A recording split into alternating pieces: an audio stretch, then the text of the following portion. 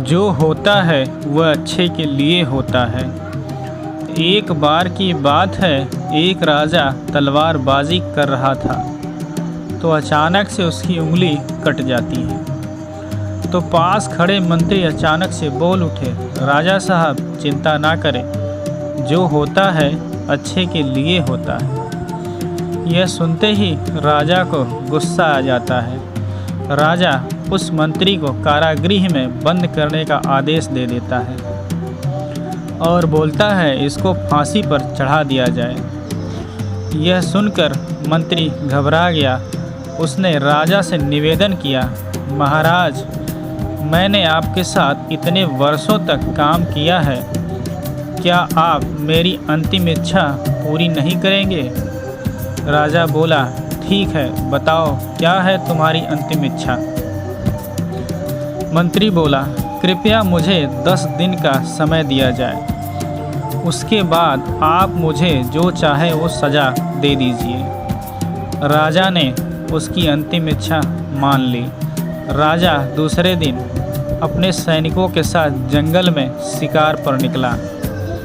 जंगल के बीच में राजा अपने सैनिकों से बिछड़ गए और रास्ता भटक गए। रास्ता ढूंढते हुए राजा वनवासियों के बीच पहुंच गए, जो बलि देने के लिए किसी को ढूंढ रहे थे।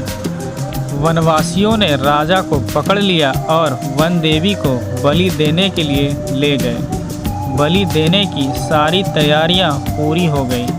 जैसे ही राजा को बलि देने के स्थान पर ले जाया गया, वहां खड़े बुजुर्ग की नज़र राजा की खंडित अंगुली पर पड़ी। उसने आवाज़ लगाई कि ये तो खंडित है, इसकी बलि नहीं दी जा सकती। तो वनवासियों ने राजा को छोड़ दिया। राजा जैसे तैसे वहां से निकला और अपने राज्य पहुंचा। सबसे पहले कारागृह में अपने मंत्री से मिलने पहुंचा।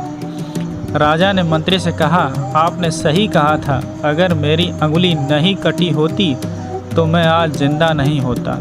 मंत्री बोला, यानी जो होता है वो अच्छे के लिए ही होता है। राजा ने फिर पूछा, मेरा तो फ़ायदा हुआ, लेकिन आपका कैसे फ़ायदा हुआ?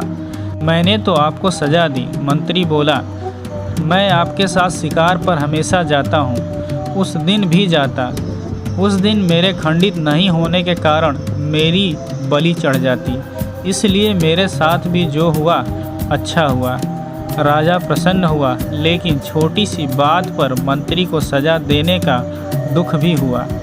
इसलिए राजा ने मंत्री को कारागृह से निकालकर फिर से अपने साथ रख लिया। अर्थात प्रतिकूल परिस्थिति का दोष देकर स्वयं या दूसरों को कोसना उचित नहीं है, बल्कि उस परिस्थिति के साथ सामंजस्य स्थापित करें, क्योंकि जो होता है अच्छे के लिए होता है।